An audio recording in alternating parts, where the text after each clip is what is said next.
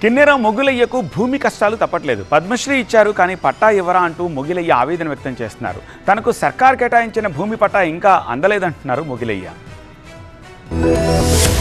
దేశ అత్యున్నత పౌర పురస్కారాల్లో ఒకటైన పద్మశ్రీ అందుకున్న ప్రముఖ జానపద కళాకారుడు కిన్నెర మొగలయ్య తనకు ప్రభుత్వం కేటాయించిన స్థలానికి ఇప్పటికీ పట్టా అందకపోవడంపై తీవ్ర ఆవేదన వ్యక్తం చేశారు. సమస్య పరిష్కారం కోసం రంగారెడ్డి జిల్లా కలెక్టరేట్ లో నిర్వహించిన ప్రజావాణి కార్యక్రమంలో జిల్లా కలెక్టర్ సి నారాయణ రెడ్డిని కలిసి వినతి పత్రం అందజేశారు. మొగలయ్యకు గత బీఆర్ఎస్ ప్రభుత్వం అబ్దుల్లాపూర్ మెట్ మండలం కుంట్లూరు గ్రామంలో 600 గజాల నివాస స్థలం కేటాయించింది. అనంతరం ఇప్పటి ముఖ్యమంత్రి రేవంత్ రెడ్డి చేతుల మీదుగా సంబంధిత జీవో పత్రాన్ని కూడా అందుకున్నారు. అయితే 2 ఏళ్లు గడిచినా ఆ స్థలం ఇంకా తన చేతికి రాలేదు.